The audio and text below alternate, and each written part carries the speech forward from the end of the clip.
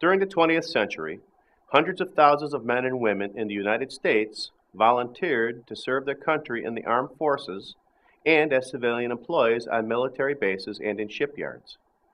Many of these people remember this time as one of the high points of their lives, a time of pride and dedication that they look back on fondly. They don't want to look back on those years as a time when they're exposed to asbestos, a time when their health was irrecoverably ruined and their futures destroyed. But for all too many of them, that's what happened. For decades, asbestos was considered a miracle mineral. It was strong, fireproof, an electrical insulator, and resistant to acids and other chemicals. It could be woven into fireproof cloth, molded into half-round pipe insulation, mixed into concrete, and formed into heat-resistant gloves, aprons, and coveralls. These products were widely used in heavy industries, including shipyards, refineries, and steel mills. These products were also used in the armed forces. In the Army and Air Force, asbestos was used in brake and clutch pads installed in everything from tanks to jeeps to aircraft.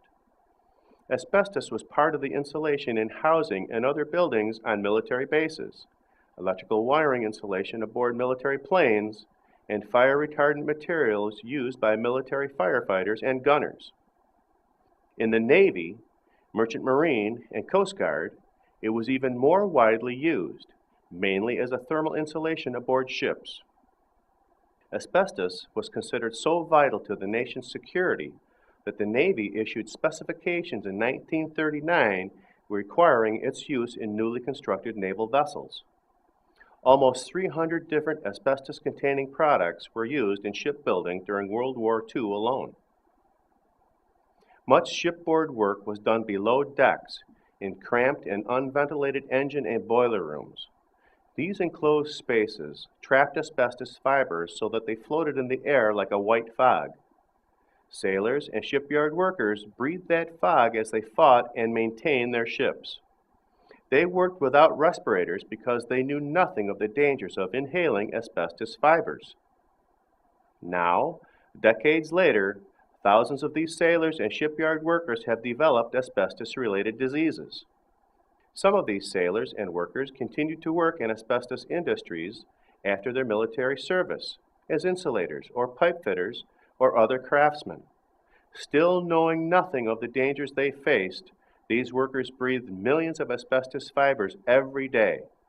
It's no wonder that so many of them developed asbestosis, asbestos-related cancer, and mesothelioma.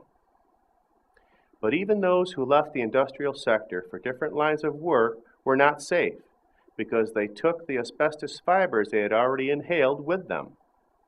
Former sailors and workers whose only asbestos exposure was during their military service or while working in the Navy shipyards have nevertheless died from mesothelioma.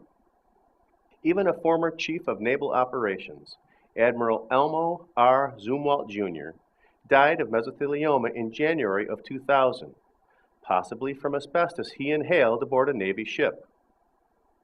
The Navy refuses to compile statistics for how many sailors have died from asbestos-related diseases, but data from other sources claims that as many as 26% of mesothelioma patients are former sailors and shipyard workers.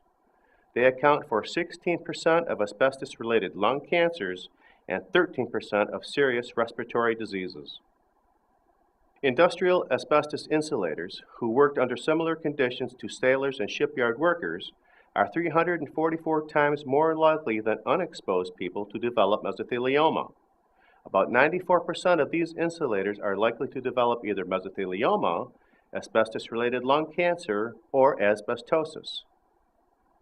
Many former sailors and soldiers admit they feel betrayed by the armed forces and the government they served. There is evidence that the Navy knew of the dangers of asbestos exposure as long ago as 1922, when it recommended respirators for anyone working with the fibers. Navy corpsmen were instructed in the dangers of asbestos in the late 1930s. In 1943, the Navy set minimum working standards for shipyard workers exposed to asbestos, requiring respirators and ventilation of dusty areas, but did not enforce them. Workplace standards for active duty sailors were not set until OSHA set them in 1971, and the Navy banned asbestos on all ships constructed after 1973, but violated their own policy until 1979. Although veterans who were exposed to asbestos during their military service cannot sue the federal government, they can apply to the VA for service-related disability and benefits. But this can be a lengthy and difficult procedure because veterans have to prove that the damage to their lungs happened during their service time. It can be extremely hard to prove something that happened so many years ago, and fewer than 1/3 of the veterans who apply to the VA for disability payments actually receive them. They can also file civil suits against the asbestos manufacturers, but many of these former industrial giants have gone out of business or filed for bankruptcy protection against the thousands of asbestos-related lawsuits filed against them across the country. Thank you for watching. This video was produced by Asbestos.net, a leading resource on all aspects of asbestos and mesothelioma. Our priority is to inform victims about the devastating effects of asbestos exposure, mesothelioma, asbestos cancer, asbestosis, and other asbestos-related diseases, and to advise them with a wealth of information. Individuals whose lives have been touched by mesothelioma have numerous questions and concerns. Their caregivers and family members also need accurate, reliable information.